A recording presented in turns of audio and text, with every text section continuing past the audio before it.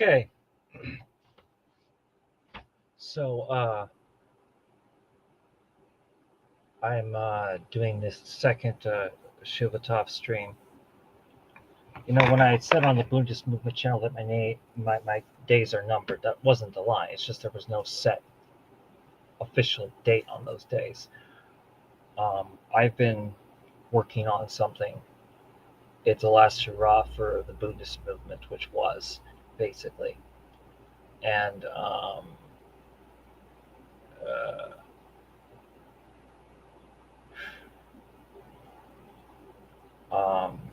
then I'm gonna do those planned documentaries that me and Common Number 3 were gonna do together. Those ones we said we're gonna do, which basically cover an array of topics that we provide and bring to people's attention. And then I'm retiring from politics, not necessarily from any radical action per se, but politics has kind of diseased my mind. And it can become unhealthy because ultimately I don't like that term, everything is political. I would say that no, politics encompasses everything. It's basically the legal right to manipulate people. I hate to be so crude about it, but that's really what politics is at the end of the day. Shavua Tov, good week. That's what we say once the Shabbos has ended. Shabbat. Yeah, there's a lot of things that yes, that's what that means.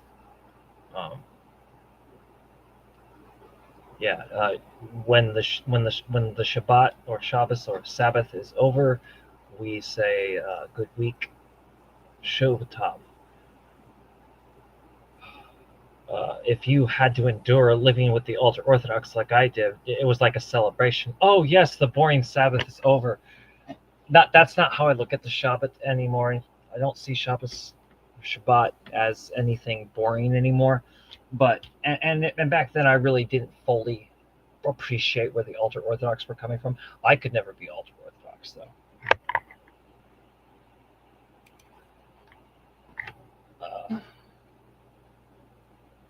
But yeah, so there's a link in the description, which I'm asking if anybody has friends and they have friends who are on the side of Palestine to share this remix. It's a musical remix, and it's a political statement because at the end, yes, and I won't. Should I or should I not tell you about Andor? Like, I'm not Fantifa, but shit. Yeah, Fantifa is that thing that Dark Snovia and Maxwell Glover do together, and we're still waiting to see more of that. But anyway, I'm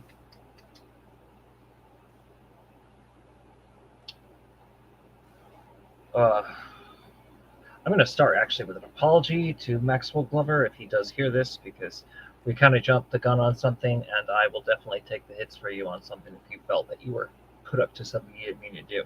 With that said, I denounced the Red Wasp, and I definitely feel tricked by him. And I mean, he knew exactly which buttons to push with me, and I'm going to leave that shit at that for now.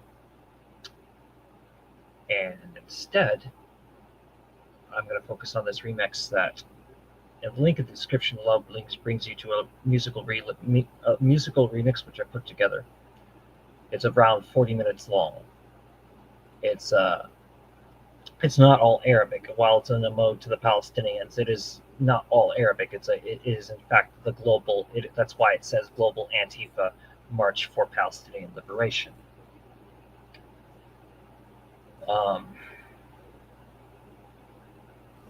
And within it is also the Yiddish song of the Jewish partisan song from World War II, which I believe it emerged during the Warsaw Uprising itself.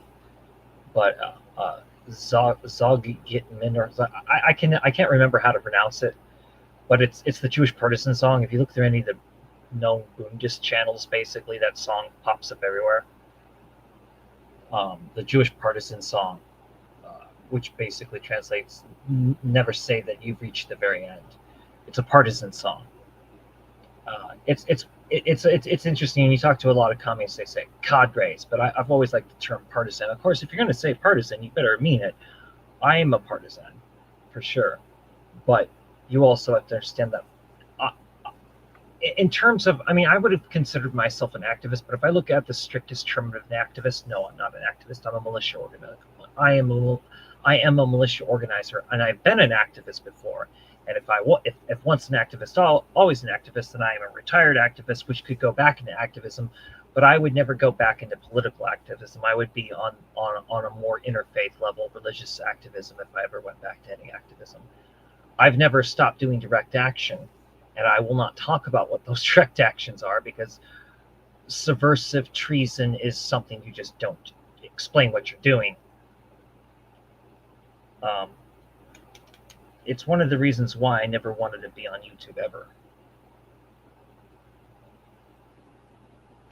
It is a bit of a risk that I do this, but I'm almost sure that I fly so below the radar that, especially because there's just too much free hand by the police to get away with shit, and they don't like oversight, just so you know. Tell you something about the police out here. They don't like the FBI. I don't like the FBI, and they don't like the FBI. I got in a lot of trouble when Dr. Weisfeld called the FBI, thinking that would help. That actually worked to discredit me in the eyes of actual cadres. And I did denounce this action, and this will be among things I bring up again in the future. But I have to put everything in context because there's a lot more that Dr. Weisfeld's done right than done wrong, and one of them is, of course, also stuff I can't exactly explain, like what I'm thinking in my head right now, because I'm thinking about how he strategizes with the Palestinians, and from what little I know, I'm not going to say, actually. So that would be for him to speak about, actually. But I'll say this. The reason why I did that remix, which there's a link in the description below to this remix, it's called Global Antifa March for Palestine, is because I'm getting so fever obsessed.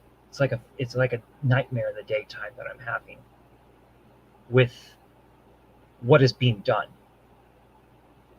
and how little is being done to stop an actual genocide. Yeah, so much for never again. If never again doesn't mean never again for anyone, then never again is really, really just a sad little slogan meant to justify the abuse of the estimated 6 million Jewish departed souls that were taken down by Hitler, basically. I have spent time studying all that bullshit. Not Holocaust Now, because I'm a direct victim of the Holocaust, actually. So, but I've studied, just out of curiosity, the Holocaust revisionism, and let me tell you, because it doesn't have a coherent side, that should be the first thing that's suspicious to you. And I've looked through it. It's bullshit. It's bullshit. Whenever somebody tries to lower it down to what was 4 million, not 6 million, then it goes down to 2 million. Then the next thing you know, it's 1,000. And there's why? Because there is an actual Teutonic will. And yeah, Teutonic Knights never disappeared. What, you think because it's not the Dark Ages anymore, there's no Teutonic Knights? I mean, there's people that claim to remember that shit in Norway, a guy claimed to be part of the Knights Templar. Now, the Teutonic Knights and the Knights Templar is not exactly the same thing, but the Teutonic Knights, that's a very Germanic thing. That's the Reich. That's a claim of Romanism that the Germans have. It's very evil. It's very white. It has a lot. It's part of what influences today the whole white crap. White people. Of course, the Anglos do that all by themselves without the Germans, but the Germans are like that too. It's actually funny. There is enough information showing how much Hitler didn't want to go to war with England because he didn't want to go against what he considered fellow Aryans. And it's so funny because Aryan is a play on the word for Iran. It's a total fucking misnomer. It's sad, really. It's really sad. And then you have the neo-Aryanists who try to preserve the whole bullshit white power fucking like propaganda by at the same time saying, oh no, there's these different Aryan races, and Iran is one of them, and the white people are one of them. It's funny, like how that's, by the way, if you don't, that's another thing. That's why white power is incoherent. By the way, it's incoherent because it's a lie, and that's the problem right there. White power is about the white. There's no need for white people. And even if you were to remove white people, there would still be black people, because white people aren't actually existing in the first place. They're just Europeans who call themselves white. Black people, however, that's an actual aftermath of slavery. If you want to know what makes black black, that's what makes black black. And that isn't just in the United States, that's in Canada, and that's in several places in Europe as well. Black people are the national... I didn't invent this, by the way. And this isn't from any one particular line, so you can't trace this to Marxists or anarchists or anyone. Like, it's just something that's been said, and it's true. And we have to say, within the Western powers, not the entire first world, but within the Western countries, black people themselves are the actual national proletarian caste of that part of the first world. The Western countries, if we're talking about Europe as a whole. Britain's a bit different, though, because black and African fuse a lot, and it becomes a different demographic altogether, and which that deserves different investigation, just to be fair. But if we're talking about black people in Canada, United States, and yes, even with the way that that not all mestizos of South America, by the way, are part European, part indigenous. Many of them are part European, part Afro, and a mix of all three, actually, Afro, Euro, and indigenous. But where was I with that? Yeah, the black people, by definition, are the actual proletariat within the Western world that the communist theories were written for. Not a so-called fucking non-existent working class. I mean, what, you mean the privileged workers that Marx felt so sorry for? And no, I do believe that the Russian workers were actually proletarians and not the Russian workers. You can't call it racism. The fact is, no, they were class collaborationists, all of them. It's funny who Marx actually wrote his shit for. It's almost as if Karl Marx co-opted something organic that didn't need an official author. Yeah, I don't know if you've caught on, I have big problems with Karl Marx, the self-hating, not really Jewish guy, who I believe was in a Lutheran family. Maybe I'm mistaken, but Karl Marx was not really Jewish. He was from, he was of Jewish stock, but he didn't consider himself Jewish. And it's funny because he's used often as an excuse for, the Jewish communist conspiracy. Now, there have definitely been Jewish people who were communists, a lot of them, that's for sure. But there were a lot more Jewish people who were of the Bund. And by the way, a lot of people get angry because the Iron Front had the 3 arrows, but I didn't do this. I'm not the one that took the 3 arrows from the Iron Front and gave it to Antifa, but there's an actual tradition around that, a lost tradition, which a lot of the anarchists did everything they could to bring back, and I've supported this. That's one of the things that me and Pinks worked a lot to explain to people, was the appropriation of the 3 arrows into Antifa does, as my icon shows, down with colonialism, down with fascism, down with radical liberalism. And you do have to identify radical liberalism as a form of fascism, not even social fascism ultimately. That's something that I later came to, and so did Pinks, and so did everybody else who talks about this. But the 3 arrows that were part of the Iron Front, which definitely was an anti-socialist movement, because it was really pretty much protecting liberal democracy. Those 3 arrows did get appropriated by Antifa. And over time, people later gave them definition. Yeah, 1 arrow against colonialism, 1 arrow against fascism, 1 arrow against radical liberalism. Why should there be 1 against radical liberalism? Because there is a desire to buy off marginalized groups and make them into fascists. Neocolonialism is essential to radical liberalism. And according to several different... Actually, well, if you take MLM theory seriously, and I don't agree completely with MLM, because I don't agree completely with any, Marxist or anarchist theory per se, but I do agree around the perimeters of what they basically do say, because I am a socialist. But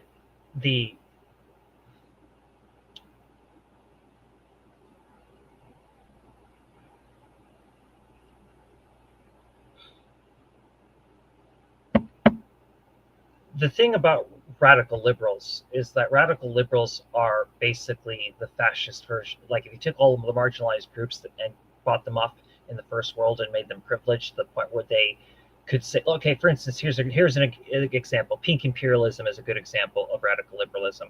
Let's say that I say that it's okay to bomb the Arab world because they're all homophobes. That's how radical liberalism works. Or, believe it or not, a lot of that SJW shit that was going on in the 2010s, die cis scum, that was radical liberalism. You know, when you take a marginalized group and you turn that into the enemy, that's neocolonialism. Neocolonialism is not just an economic thing where you have a country pretending to be a free country while its economy is completely run by somebody else. That's neocolonialism as well, but cultural appropriation, cultural misdirection, cultural co-opting, that's also neocolonialism, which is the highest stage of imperialism according to Marxist-Leninist Maoist theory.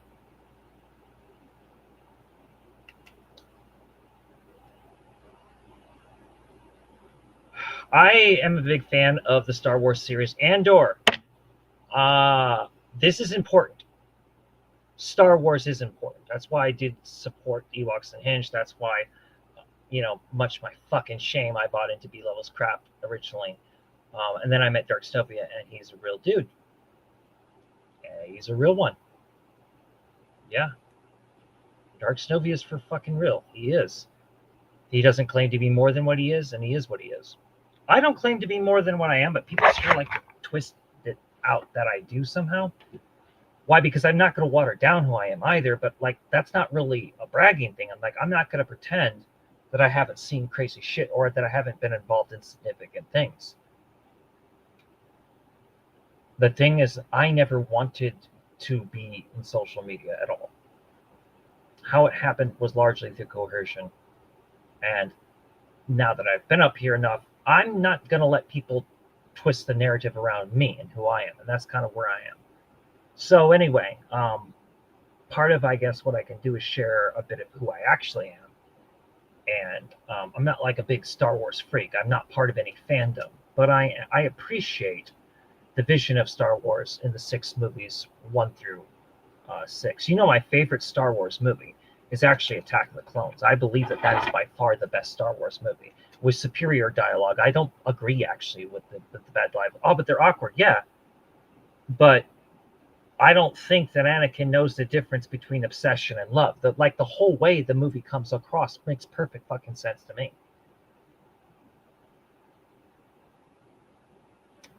The whole movie made sense. They trauma bonded. They didn't know that they trauma bonded.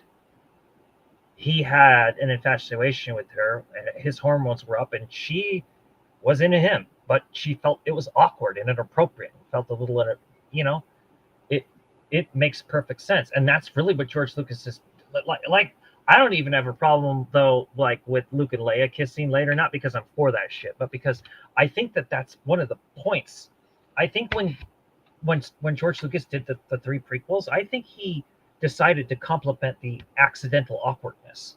See, a lot of people don't realize he didn't originally intend for Luke and Leia to be brother and sister. That's why they kiss in an Empire Strikes Back. But it's retroactively just said, oh, of course they would be attracted to each other. That's what George says. And I agree. That's the phenomena of twins that are separated. I'm not saying that that's a good thing, okay? But there are these phenomena that happens. And no, I'm not an eyewitness to such a phenomena. But I have learned things.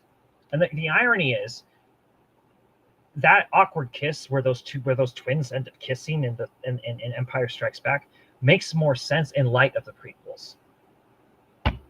The prequels actually show off a very awkward thing on purpose. And when you look at 1 through 6 without prejudice bias, I'm like, oh my God, the whole thing was a masterpiece. Act 1 all the way through 6, and each movie can stand on its own. That's why the sequel trilogy was so fucking terrible. That's why the fan base is still divided too, because the sequel trilogy attacks itself. And then, people like, oh, Disney Star Wars. And look, I love Dave Filoni's stuff. And I wasn't a big fan of Andor Season 1. I didn't have a problem with it. I had no particular problem with it, but I wasn't a big fan. And then I saw season 2.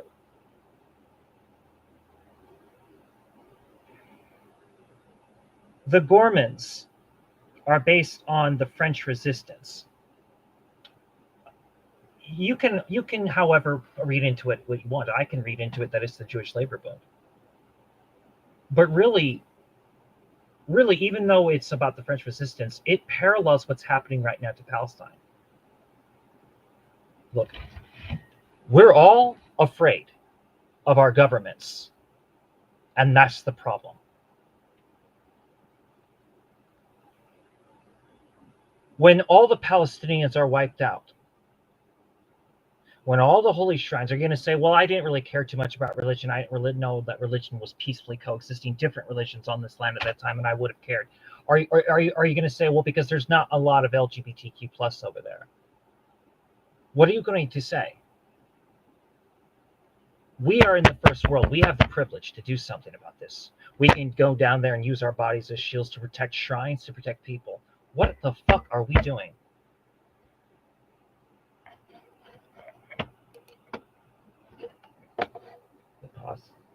The positives that feel for the sequel trilogy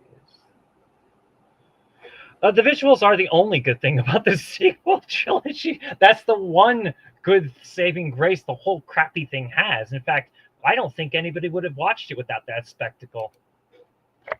Like, the sequel trilogy cracked the code actually between CGI and practical effects. Honestly, to be honest, that's one, like, I'll give them that. No, Raymond's wise. Raymond knows things. Like Raymond has an art for the has an eye for the art.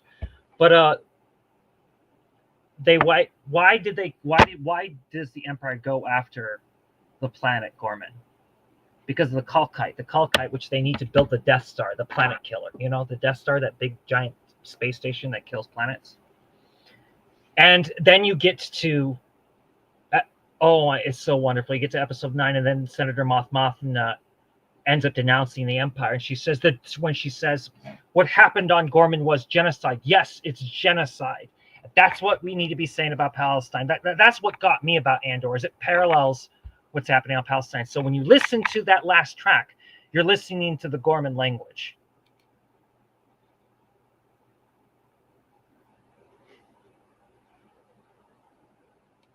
I mean, that's fair. But Raymond, in the link in the description, listen to the remix. Share that remix. That's a march for Palestine. That is what I've titled the Global Antifa March for Palestinian Liberation. That isn't going to come without international intervention. We cannot wait for Russia to do some shit, because if Russia would have done something, they would have stopped Syria's invasion. They said, like Hezbollah lost out. This is the perfect time to start asking, how long can you talk about primary, secondary contradiction when the colonial nation states that are unnatural to the Arab world are falling apart? How long can you say that Dr. Weisfeld is wrong about federation, or that I'm wrong about the federation, or that many anarchists that we know are wrong about federation? You know, this state, this obsession with the state, a control mechanism which creates a quota system that you have to fulfill. And by the way, in first world terms, you can't even separate the state from the market. That's where the anarchists will have you all by the balls. I mean, yeah, I get it. Like, without the state, you won't be able to protect yourself from imperialism, blah, blah, blah. And maybe in some cases that's true. But what if everybody could anticipate that kind of shit? What if everybody could anticipate COINTELPRO tactics all of a sudden? What if we all expected it? What if the culture also just decided not to believe in America anymore? We get closer to that all the time. It's just that we never get close enough. And why? Because there's always enough spectacle left. The problem is Ghorman is more based on the French, because the French, if France was attacked tomorrow, we would be upset. Let's be real. Here in America, we'd be pissed off. We wouldn't be able to deal. The idea of Paris being gone. But we're so secular, we don't give a shit about the Pan-Abrahamic Holy Land, do we? I know why people think secularism is good and it's democratic, but it's not. It's capitalism. It's not democracy. Secularism is not democracy. I hate to break that to people. Secularism means worldlyism. It refers to a sort of hedonism. It is this new enlightenment, the Enlightenment or Illuminati or Halushka in Hebrew, whatever the fuck you want to call this crap, deism, fucking humanism. This anti-environmental, while at the same time being a shitting on the humanities sort of fucking movement. It's the language of Marxism and anarchism is unfortunately the Enlightenment. That's my biggest problem with the language around that. That's why I don't believe that there's a such thing as metaphysics. Metaphysics is an umbrella term for everything that isn't materialism. And materialism is just a tool of understanding, when realism is way more how any socialist should measure. They should never measure primarily through materialism, but through realism. I guess that would be too arbitrary, but so is materialism. Well, dialectical materialism. Okay, how about dialectical realism? That's more what I'm thinking these days, is dialectical realism. I would like to talk more about dialectical realism and material determinism. You know, I think that there is a determinism in the first world not to care about Palestine anymore, or that those that care about the Palestine are the marginalized largely within the first world. Let's be real. And what the state is scared of is the Jews, because majority of us, if you look at it from a good deal of the millennials and pretty much most of the Gen Z of the Jewish people in Europe and Canada and the United States, we more than oppose Israel. We don't like Israel. We don't want it to stay. It's no longer Neturei Karta that doesn't want Israel to exist anymore. The Jews don't want Israel. We don't want it. Those of us who want it are afraid of, and those of us who see what it does now can't reconcile it.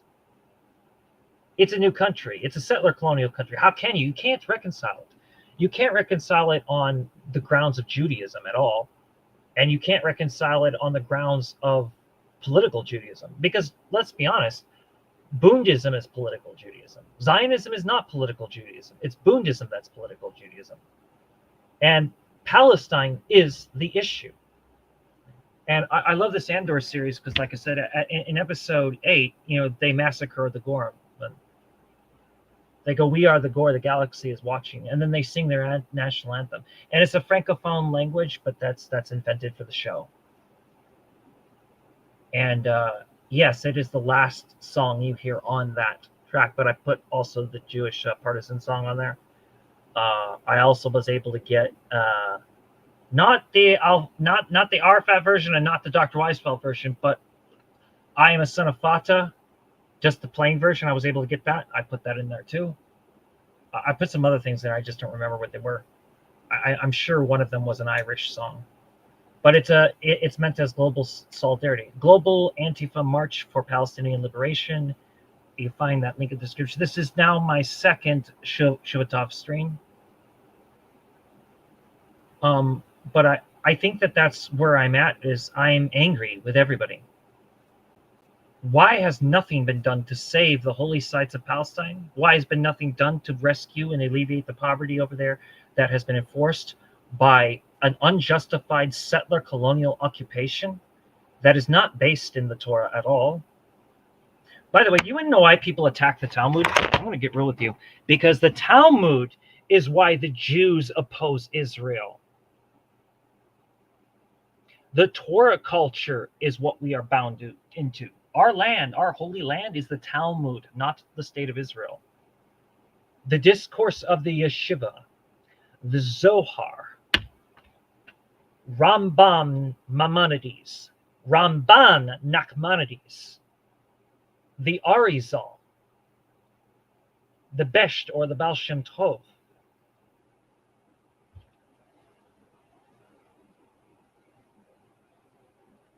Neturei Karta.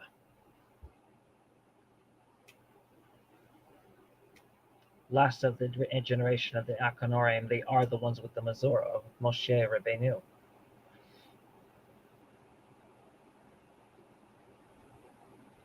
And if you want to know what a political Judaism looks like, it doesn't look like Zionism, it looks like Bundism, because a political Judaism would ask, why poverty? Why caste? Why class? Why race? Why?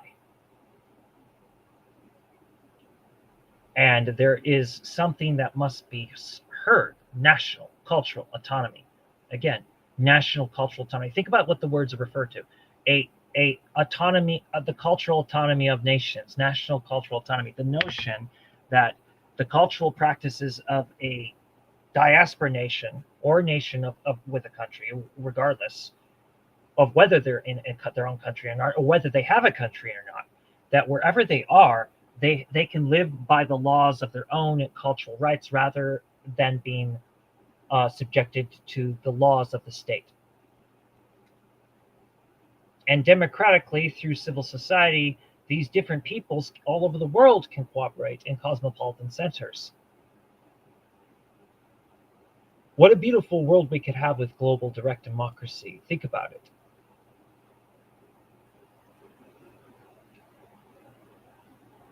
I mean, all this shit about communism, anarchism. I mean, that's all nice, but like, what about the socialist revolution? What happened to that? A worldwide socialist revolution, decolonization, national liberation,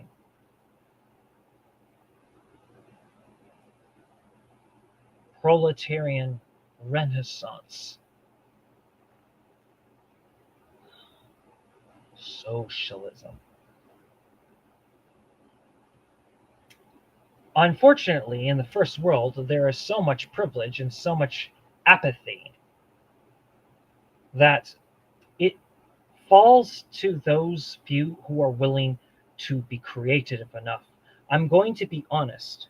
If I was to go to Palestine, I couldn't be with Dr. Weisfeld, because if I was to be with Dr. Weisfeld, I recognize the protocol is that I would do what he'd have to tell me to do, because he's the experienced one in that situation.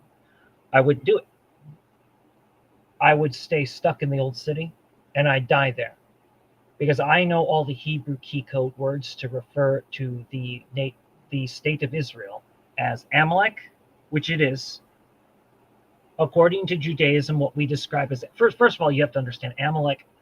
These concepts of Amalek and the Davidic kingdom, you can only understand them through the lens of the Zohar. If you study them from any other lens, you are asking for some sort of fanaticism to take over.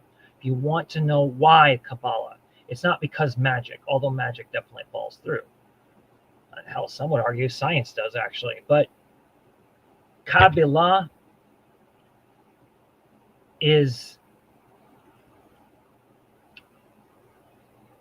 the secret behind the Torah. I'll give you an example. And it's going to be radical to say this because the Zohar doesn't quite bluntly say it like this, but it does. Adam kicked God out of the garden. In the Garden of Eden, Adam was enclosed in Shekinah. And when he ate from the fruit of science or knowledge, or that confusion where everything became base material, he kicked Shekinah out of the garden because the garden is here and we've polluted it. Judaism. All right? This world. This is the garden. Where is the temple?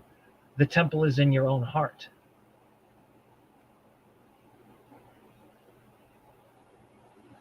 When Solomon built the temple, this is actually in the scriptures, by the way, he actually laments that this cannot hold the divinity, because divinity is all reality, pervasive reality itself and beyond. And Sof. Infinity. And Sof.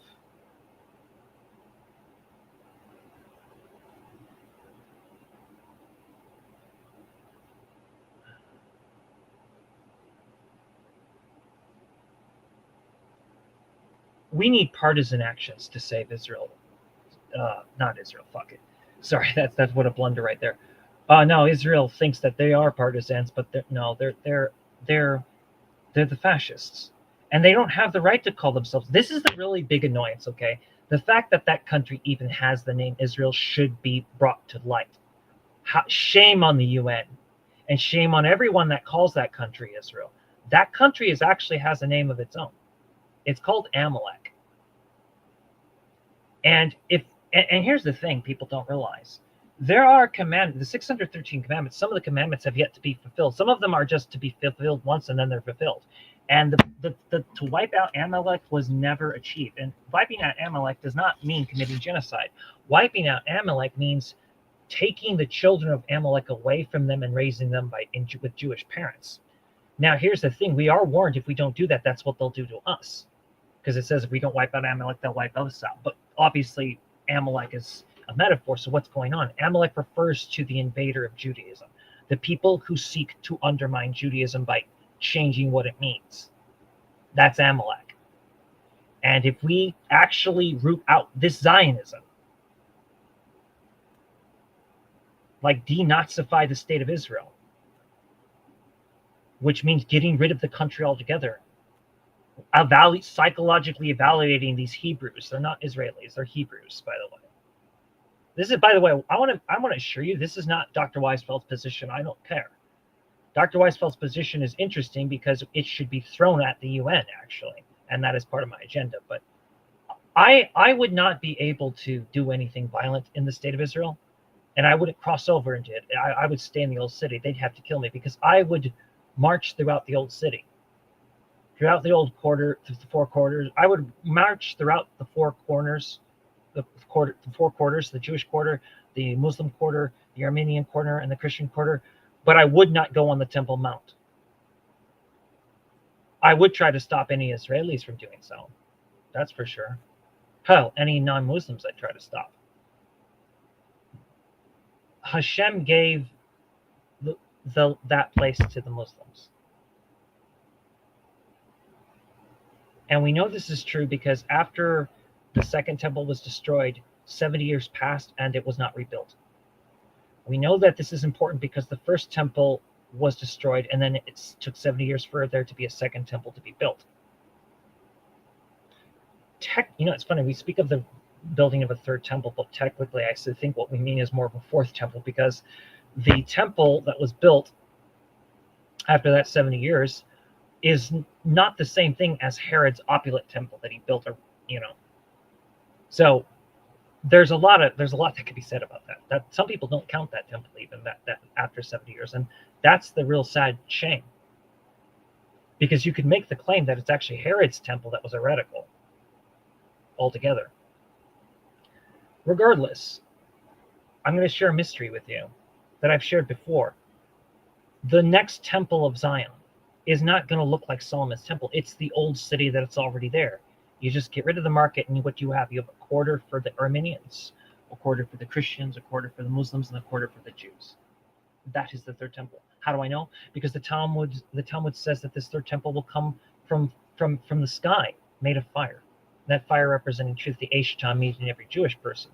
It also says that it won't be built by human hands, but it says it will be built by human hands. Well, actually, that describes the old city perfectly.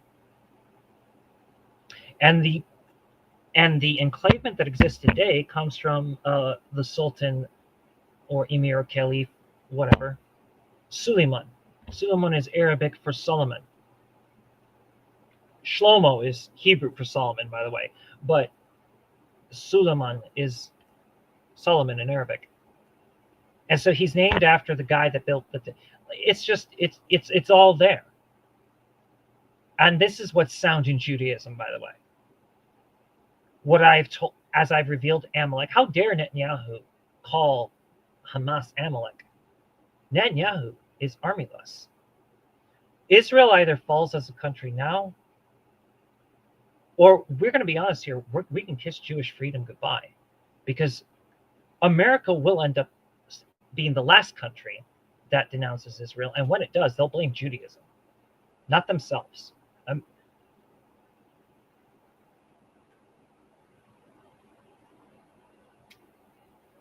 We got to stop acting like the solution is in the distant future. It's yesterday, and we've fucked up already. The Ghormans were late to the revolution. I don't want Palestine to be Ghorman. I don't want Palestine to be the Ghor where they're just mowed down for the Kulkite. Why do you think there's such an okayness by all these countries that Gaza can be destroyed and all this can be destroyed? Because there's freaking resources under there. We still are addicted to oil. We're draining the blood of the earth to make gasoline guzzling cars. Like I said, the ninth episode is cool because after the eighth episode, when they kill off, when they do the genocide of Ghorman, then the ninth episode, Monmouth in the Senate says yes, it was genocide.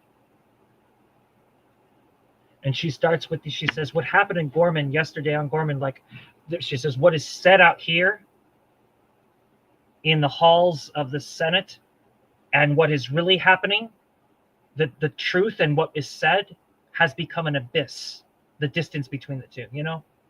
And that's the same truth now.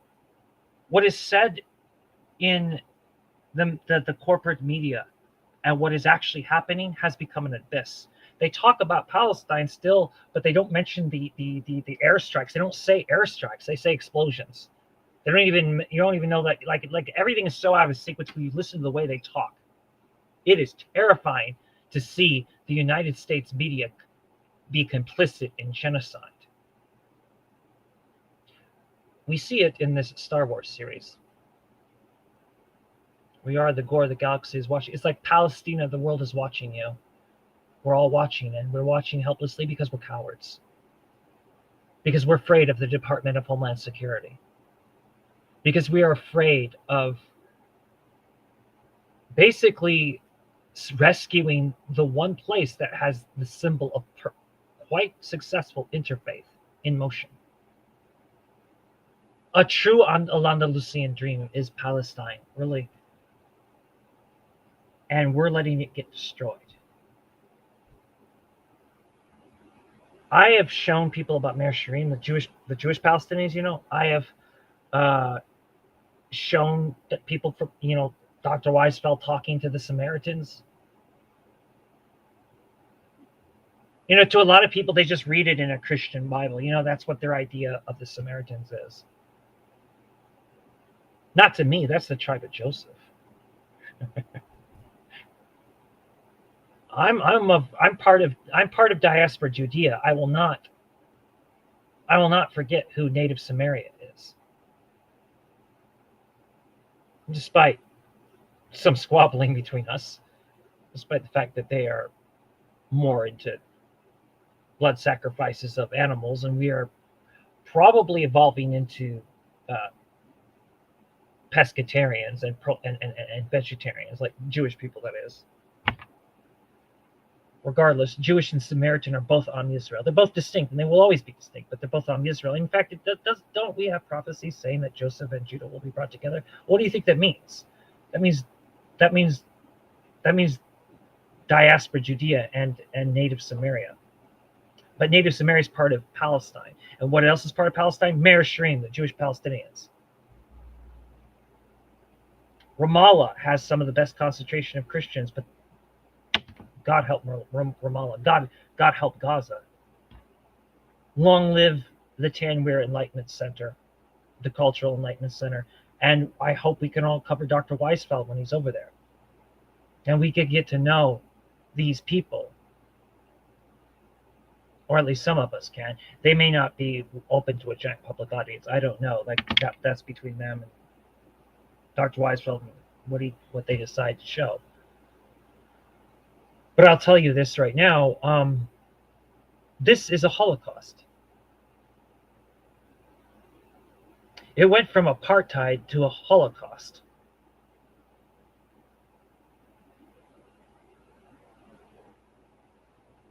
Plausible genocide, my ass. It's a Holocaust. And I, for years, had argued with even Dr. Weisfeld saying that this is what this was going to become. And I was right. It's one of the reasons why some people think I'm getting cocky all of a sudden. I'm not getting cocky. I'm just pissed off that I didn't trust my own inner gnosis, for lack of a better word. I hate that term, gnosis. I really don't like that term. Some Greek terms I love, some are just absolutely foul, like Gnostics. Gosh, if you want to talk some anti-Semitic shit, it's that idea of the Gnostics. Anyway, gnosis. My my intuition.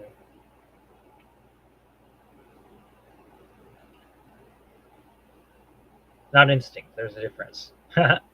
Intuition is the flip side to logic, the both sides of the mind. Well, actually, the mind's not the. Well, okay, that gets in the whole thing. Mind, brain, consciousness. I can get onto that whole fucking shenanigans later. Look, the point is that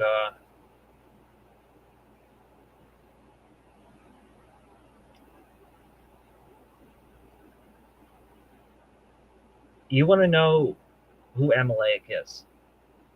It's the state of Israel.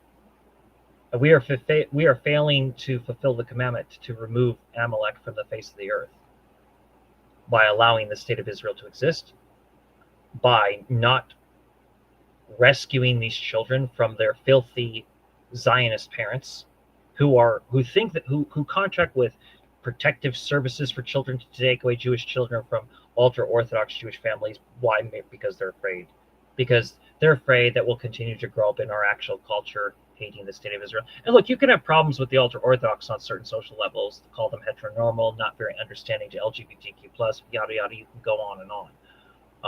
And even then, I would say, please don't stereotype. But that's also why radical liberalism is one of these three arrows, because radical liberals would tell me to shut up, and they do.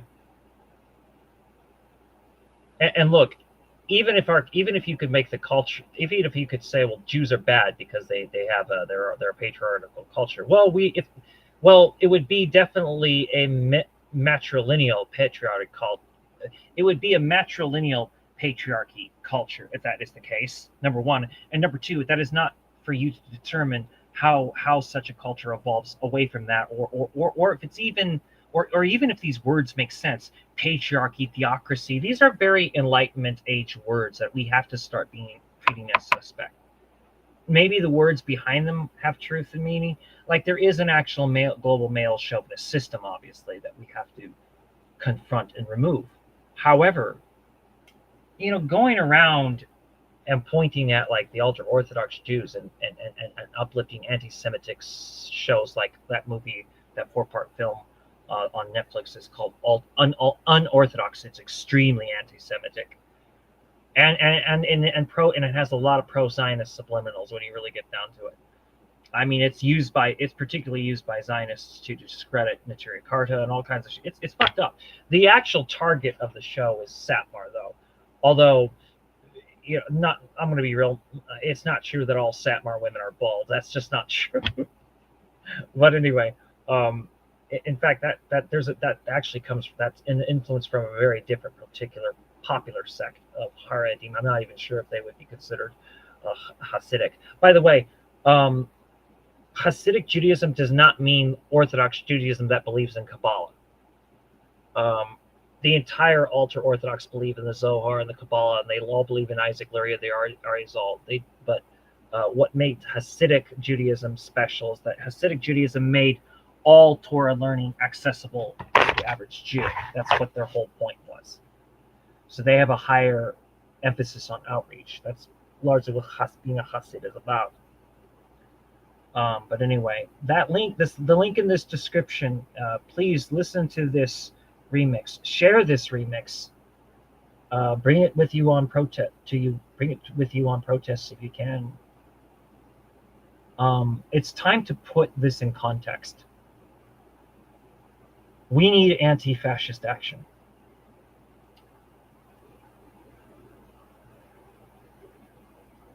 Do you know they never stopped taking away land from Native Americans, but everybody's just too privileged to fucking care?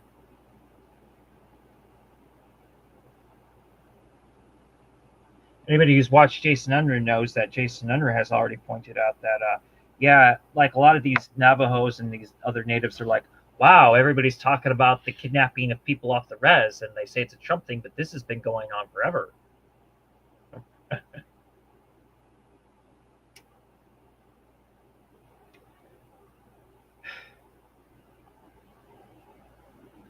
Out of sight, out of mind. Well,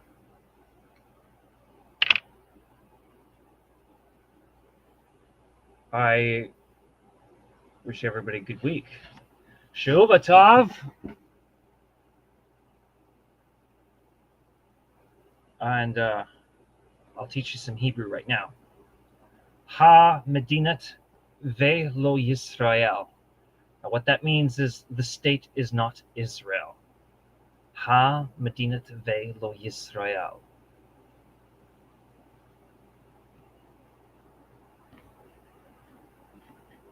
Yes, it's genocide. Say the words. Yes, it's genocide. Yes, it's genocide. The link in the description. All right. Use it. Use the music. The music is, the ghosts of partisans is a great thing to invoke when you're trying to pump yourself up for a protest.